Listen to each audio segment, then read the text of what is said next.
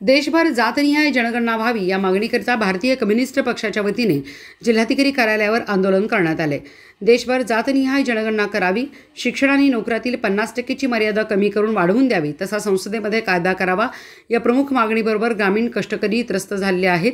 म्हणून रोजगाराची ग्रामीण कारागीर आणि शेतीवर अवलंबून असणारे ग्रामीण शेतकरी त्रस्त आहेत। रोजगार हमी देणारी मनरेगा आणि रोहियो बहुतांश ठिकाणी खिळखिळीत झालेली आहे। या योजनेला केंद्र आणि राज्य सरकारने बळकटी आणावी आणि केंद्र सरकारने नोकऱ्यातील रिक्त असलेल्या जागा त्वरित भराव्यात। महाराष्ट्र शासनाच्या सुद्धा रिक्त जागा त्वरित भरण्यात याव्यात अशी मागणी आज भारतीय कम्युनिस्ट पक्षाच्या वतीने करत जिल्हाधिकारी कार्यालयासमोर आंदोलन करण्यात आले।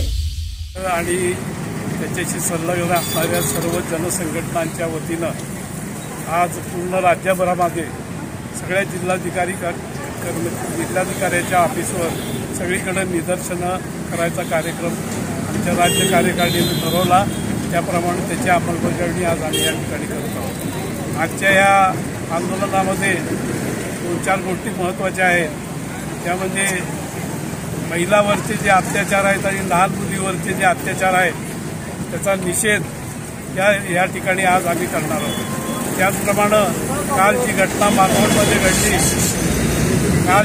मालवणमध्ये घडली, शिवाजी महाराजांचा पुतळा हा जमीनदोस्त झाला, त्याची सुद्धा चौकशी केली पाहिजे आणि जे दोषी आहेत त्यांना शासन केलं पाहिजे, ही सुद्धा मागणी आजच्या आंदोलनामध्ये आम्ही घेतलेली आहे।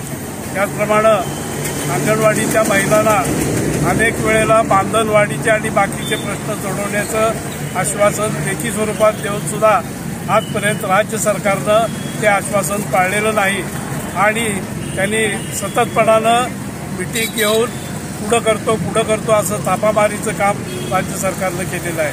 त्याचा सुद्धा निषेध आज या ठिकाणी आम्ही करत आहोत। त्याचप्रमाणे बांधकाम कामगारांना घर द्यावं, घरासाठी जागा द्यावी आणि कर्ज द्यावं आणि अनुदानाची रक्कम आहे ती वाढवावी, ही सुद्धा मागणी आजच्या या आंदोलनामध्ये आम्ही घेतलेली आहे। त्या प्रकारची आंदोलनं, पेन्शन द्यावी, सगळ्यांना ज्यांचे 60 वर्ष पूर्ण होतील त्यांना पेन्शन द्यावी, अशा या अनेक मागण्या घेऊन आम्ही आज या ठिकाणी आंदोलन करत आहोत।